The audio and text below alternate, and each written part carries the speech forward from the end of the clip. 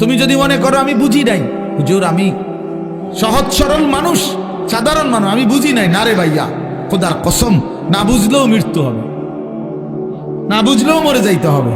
বলে আমি বুঝি নাই হুজুর, আমি খেয়াল করি নাই, বিষয়টা যে এত সিরিয়াস আমি মনে করি নাই, কবরের আযাব যে এমন ভয়ানক আমি এটা ভাবতে পারি নাই। এত কথা বললে, সুপণ্ডিতি কথা বললে মৃত্যু কি থামানো যাবে? কবরের আযাব কি বন্ধ হয়ে যাবে? না না না না। পুলিশ যদি কোনো মামলা দেয়, তো যদি আমি যদি বলি যে আমি জানি না এই মামলা, এটা একটা অপরাধ, হ্যাঁ, তো পুলিশ কি বলে যে আপনি জানেন না এই জন্য আপনাদের ছেড়ে দিলাম। কথা বলেন না কেন? সে কি বলে? সে বলে আপনি জানেন না কেন সেটা আপনার বিষয়, কিন্তু আমার রাষ্ট্রের আইন এটা আমাকে কি করতে হবে? প্রয়োগ করতে হবে। এই জন্য বাপ, আমরা প্রত্যেকেই, আমি সবার কাছে অনুরোধ করি, সবাই ভাবতে শিখুন, ভাবতে শিখেন, ভাবতে শিখেন। আজকে অনেক ছেলে পেলে তোমাদের কারো ভিতরে সামান্যতম পূর্বাপর আগ পিছ কোনো ভাবনা নাই। বাপ, তুমি আসছো কোত্থেকে? কে তোমাকে বানাইলো? কেন তোমাকে বানাইলো? তুমি কেন আসলা পৃথিবীতে? যিনি সৃষ্টি করলেন তোমাকে, তিনি কি এই চাচ্ছিলেন তোমার কাছে? তিনি যা চাচ্ছেন তুমি তা করছো না কেন? তুমি যা করছো তিনি তো তা চাচ্ছেন না।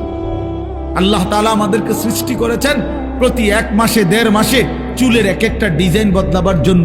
এই জন্যই তো আল্লাহ মুসলমান বানাইছেন আমাদেরকে, না কি? এই জন্যই তাইলে আমরা বারবার শুধু ভোগ বিলাসিতা, আমরা নারী ছবি, অশ্লীল দৃশ্য, গান বাদ্যা, নাচ গান, বেহায়া বেপর্দার এই জিন্দেগি পালন করব। আমাদের মেয়েরা পর্দা করবে না, আমাদের বিবিরা পর্দা করবে না, আমাদের ছেলেরা কোনোদিন নামাজ পড়বে না, আমাদের বাবারা বিড়ি সিগারেট খাবে, আমাদের বাবারা চা দোকানে আড্ডা দিবে, কথায় কথায় গালিগালাজ করবে, ওজনে কম দিবে, মিথ্যা বলবে, হারাম রোজগার করবে। এই জন্য আমাদের পৃথিবীতে আসা, আমরা এই জন্যই মুসলমান।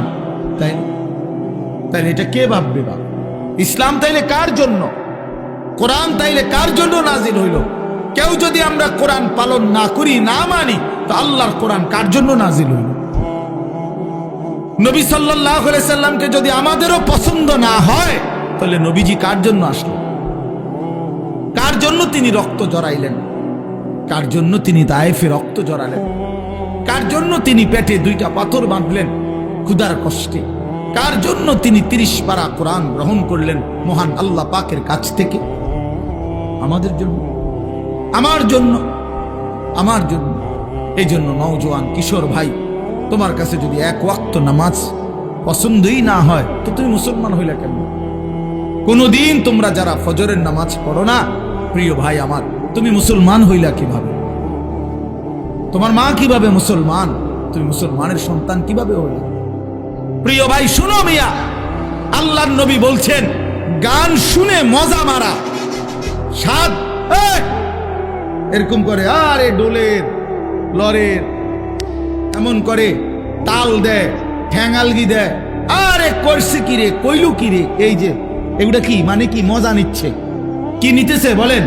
স্বাদ নিতেছে। আল্লাহর নবী বলছে, ওয়াতালাদ্দুদু বিহা, গান শুনে এই মজা পাওয়া, এটা কুফরি, কুফরি বেটা, এটা ঈমান চলে যায়। নাউযুবিল্লাহ, কি জঘন্য বিষয়, কি জঘন্য বিষয়। আপনারা ফিরতে হবে, ফিরতে হবে, নিজেদের আত্মপরিচয় ঠিক করতে হবে ভাইয়া।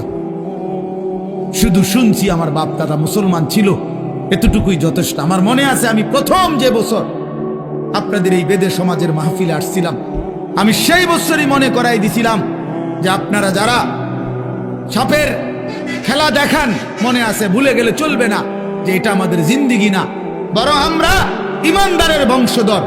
ইমানদার হযরত মূসা আলাইহিস সালামের জামানায় আপনার যেই জাদুকররা, আপনার তারা তো সাপ দিয়েই খেলা দেখাইছিল, তারা তো কালেমা পড়ে মুসলমান হয়েছিল মূসা নবীর জামান, হয় নাই কালেমা পড়ে মুসলমান? তাইলে নিজেদেরকে দুর্বল, নিজেদেরকে এমনি ভাবেন যে আমরা দুর্বল, এমনি গুনার বেলায় তো সব করতেছেন। হ্যাঁ, কি ব্যাপার? আপনি দুর্বল হইলে মিশা কথা কোন কাজ? কথা বলেন না কেন? দুর্বল হইলে নাচ গান করেন কেন? গান বাদ্য বাজান কেন? দুর্বল হইলে আপনাদের বোনেরা মেয়েরা বেপর্দা হবে কেন? আমরা মুসলমান, বলেন আপনারা মুসলমান কিনা বলেন? বলেন সবাই মুসলমান কিনা বলেন? তাইলে আমরা মুসলমান হলে আমাদের আল্লাহ আছে, আমাদের রসুল আছে, আমাদের কোরআন আছে, আমাদের ধর্ম আছে। আমরা মুসলিম, আমরা পাগল না, ছাগল না, আমরা মাতাল না, আমাদের ইজ্জত আছে, সম্মান আছে। আল্লাহ নবী সাল্লাল্লাহু আলাইহি ওয়াসাল্লাম বলছেন, একদিন কাবা ঘরের দিকে তাকাইয়া নবী বলছে, কাবা, আল্লাহর ঘর কাবা ঘরের দিকে তাকায় বলছে যে কাবা তোমার অনেক সম্মান, তোমার অনেক ইজ্জত, কিন্তু আল্লাহর নবী বলেন, হে কাবা, মনে রেখো আমার এক ইমানদারের সম্মান তুমি কাবার চাইতেও কোটি গুণে বেশি। খোদার কসম, নবীজি বলছে কাবা তোমার চাইতে দামি, আমার ইমানদারের ইজ্জত, আমার ইমানদারের সম্মান কাবার চাইতে দামি। আল্লাহ কোরআনে বলছেন, ওয়ালা আবদুম মুমিনুন খায়রুম মিন মুশরিকিন ওয়ালাউ আ'জাবাকুম। আল্লাহ বলছে মুশরিক, বেঈমান, কাফের যত বড়ই মনে হোক, 10টা পৃথিবীর মালিক হোক, একেবারে 7 সমুদ্র 13 নদীর মালিক হোক, পৃথিবীর সব সম্পত্তির মালিকও যদি হয়, মুশরিক, কাফের, বেঈমান, খোদার কসম আল্লাহ